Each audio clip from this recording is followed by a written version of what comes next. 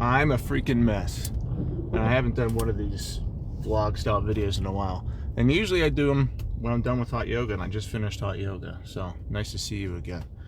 This channel is mostly my podcasts, but occasionally I just talk. So this is kind of like what I would do in my podcast. I would just talk. And for me, as I was in hot yoga, I haven't done it consistently for about 2 months now. I did consistently around December. Then I had a surgery, and then I went to Disney World, and then I had a men's retreat, and just a bunch of excuses. But I'm back at it now. Today was really, really hard.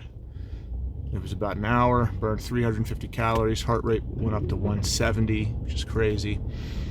And I was probably the worst person there.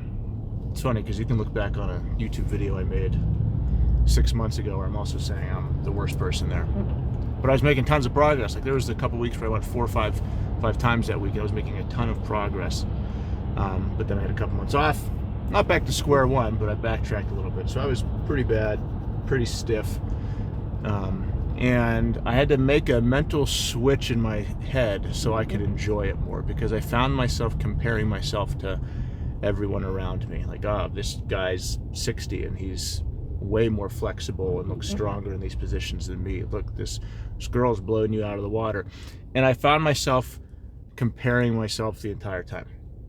And it was stealing the joy I had. Like it was stealing the enjoyment I had out of going to yoga. I was looking forward to going to yoga. And I was there, and the only thing I was doing was I was doing the thing, I was doing the positions. I wasn't not enjoying myself, but too much I was comparing myself. And there's that cliche, very common phrase, comparison is the thief of joy. I've known that. I'm 37 years old, about to turn 38 next month, and I've heard that a million times. But it really sank in today at hot yoga as I was just sweat pouring off my face, legs burning. Yesterday I did leg day, and then I did lunges. I did a 1/4 mile of lunges around the football track, and then I did more work. I did jujitsu, so I'm just dead. And then I did hot yoga today, still sore. And during that time is when it clicked. I was like, man, you don't need to prove anything to anybody, and no one gives a shit about you. In a freeing way, no one here gives a shit about you. You are trying to prove to yourself that you're not as bad as you are. You're trying to prove to yourself that you're better than people, but no one else cares but you. So it's just your ego, and it's completely stealing your joy. So that phrase, comparison is the thief of joy, really rang true to me today, because it wasn't anyone else's fault. It was just me. I was comparing myself to other people, and because of that I didn't have the joy. I said, no, you're in yoga. You should be enjoying yourself right now. This should be hard, challenging, but also relaxing and healthy and feel good and be therapeutic. So I said, stop trying to prove yourself to other people and to yourself. I quit making up these stories and just relax. Just, if you need to take a break, take a break. Because I can get into these super intense competitive zones where I'm like, all right, we're doing this pose for a minute straight. If you do it 59 seconds and not 60 seconds, you're a bitch. Or you fail somehow. It's a stupid perfectionist mindset that I know is damaging, but I can still, with athletic things and competitive things, fall into that. I did it all the time as a kid, where I'd be training for a race, or I'd be running, or I'd be working out and say, okay, I'm gonna do 100 push-ups in this session, and then if I only did 97, 98, I just crushed myself. Or I'd say, okay, you're gonna run 5 miles. And because of that, if I didn't allow myself to walk, to take any breaks. It's if you take one break, it invalidates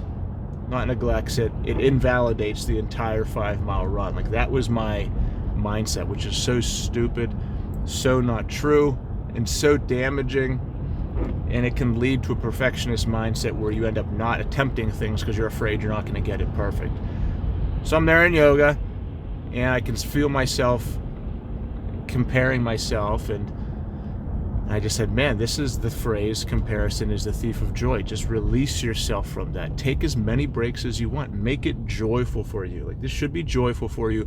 Make this hard, painful experience joyful for you. So I started just taking more breaks. I was like, all right, I can barely lift my arms. Like, one of the hardest parts about yoga for me is shoulders. I've had 2 shoulder surgeries. This one's only 5 months old, and did jujitsu last night, which is really shoulder heavy. So I'm just dead. And so occasionally, even though my arms are about to fall off, I got to hold them up. And because of that, I mess up the next. But I said, no, I'm just going to put my arms down. Put my arms down, take a couple second break, put them back up.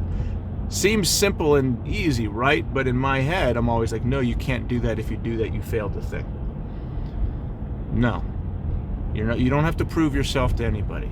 You don't have to prove yourself to yourself, and you don't have to prove yourself to anyone else. And if I have that mindset, the end result is better anyway. Like, if I have the accumulated effects of that mindset is going to be better results for me.